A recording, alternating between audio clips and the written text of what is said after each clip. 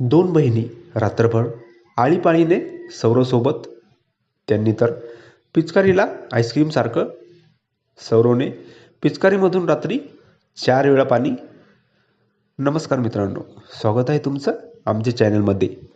तुम्ही जर अजून आमचं चॅनल सबस्क्राईब केलं नसेल तर प्लीज चॅनलला सबस्क्राईब नक्की करा. मम्मी पप्पा दोघे शाळेवर शिक्षक शिक्षिका होते. सौरव एकुलता एक मुलगा. त्याचं पदवी शिक्षण सुरू होतं, पण तो घरीच अभ्यास करत होता आणि फक्त पेपरला तो जात असे. त्याचं घर खूप मोठं होतं. काही खोल्या भाडेकरूसाठी काढलेल्या होत्या. त्या 2 खोल्यामध्ये 2 बहिणी राहत होत्या. त्या दोघींचे नवरे कंपनीमध्ये कामगार होते. ते 12-12 तास कंपनीमध्ये काम करायचे. दोघी बहिणी खोलीवरच राहत होत्या. दोघींचे नवरे एकाच कंपनीमध्ये होते आणि त्यांची ड्युटी पण सोबतच असायची. कधी रात्रीला तर कधी दिवसा. त्या दोघींना त्यांच्या नवऱ्याकडून हवा तसा वेळ भेटत नव्हता. त्या सौरवला रोज बघायच्या. त्यांनी ठरवलं की सौरवला जर आपण आपल्याकडे आकर्षित केलं तर आपल्याला त्याच्याकडून.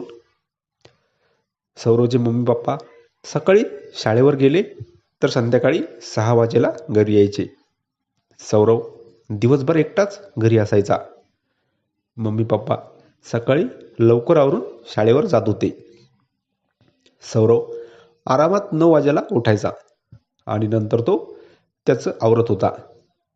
अंघोळ झाल्यावर तो घरामध्ये कपडे न घालता 1-2 तास तसंच फिरायचा.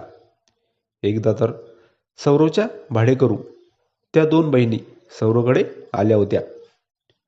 सौरव नुकताच अंघोळ करून हॉलमध्ये त्याचा डान्स चालला होता. तो त्याच्या अंगावर तर काहीच नव्हते. त्याला त्या 2 बहिणी बघू लागल्या. त्यांची नजर फक्त पिचकारीकडे होती. सौरव तर त्याच्याच धुंदीत होता. त्या दोघी सौरवजवळ आल्या आणि सौरव डान्स करायचा थांबला. तो त्या दोघींसमोर उभा होता आणि एकीने तर पिचकारीला टच करून बघितलं.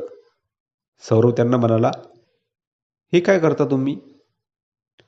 त्या दोघी म्हणाल्या, "सौरव, आता आम्ही तुला असं बघितलंच आहे तर तू आमचं एक काम करशील. आज रात्री तू आमच्या खोलीवर ये." रात्री दोघींचे नवरे ड्युटीवर गेले. सौरव घरी खोटं सांगून की तो अभ्यासाला मित्राकडे रात्री तिकडेच थांबणार आहे आणि तो त्याच्या भाडेकरू 2 बहिणीकडे गेला. सौरव जसा तिथे गेला होता त्या 2 बहिणीने तर आळीपाळीने त्याच्या पिचकारीला आईस्क्रीमसारखं. सौरवला अगोदर तसा आनंद कधी भेटला नव्हता. त्याने तर रात्रभर पिचकारीमधून 4 वेळा पाणी. सौरवला त्या दोघींनी आता पूर्णपणे त्यांच्याकडे आकर्षित केलं होतं. ही कथा पूर्णपणे काल्पनिक असून वास्तविक जीवनाशी काहीही संबंध नाही. ही कथा फक्त आणि फक्त मनोरंजनासाठी आहे. मित्रांनो, तुम्हाला कथा आवडली असेल तर व्हिडिओला लाईक करा आणि चॅनलला पण सबस्क्राईब करा. धन्यवाद.